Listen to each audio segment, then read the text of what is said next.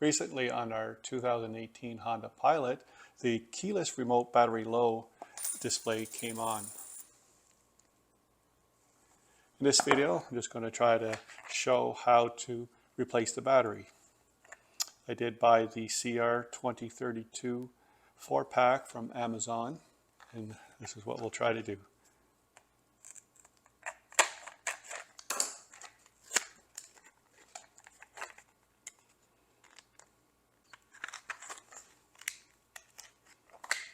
So here's the new battery. First thing is to take the key portion out. Then you'll see two little tabs in the middle there. Just use a quarter to carefully pry it open. Just go both ways until it clicks off. Now you'll see the old battery, CR2032. Take a screwdriver and just carefully pry it out. Replace with the new battery, positive side up.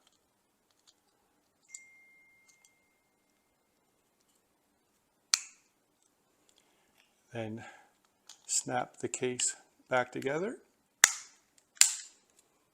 and press a button, and I can see the red light. So that's all there is to replacing the battery in a key fob. Then after replacing the battery, just put in back the auxiliary key and it's ready to go again. Going to again do the same thing for the second fob. Again, as I said, these are bought at Amazon. Battery type is CR2032.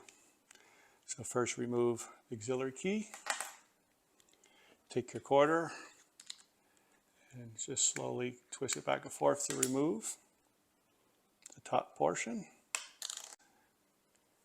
And then remove the old battery using a screwdriver. Very easy. Take the new battery, positive side up. Just put it back in. Reassemble the two parts. Do the back end first. And then insert the auxiliary key back in. And check that it works with the little LED light. Now checking it with our 2018 Honda Pilot. Thanks for watching, and again, all you need is a screwdriver, a quarter, and replacement batteries. Thanks for watching. Hope to see you again soon.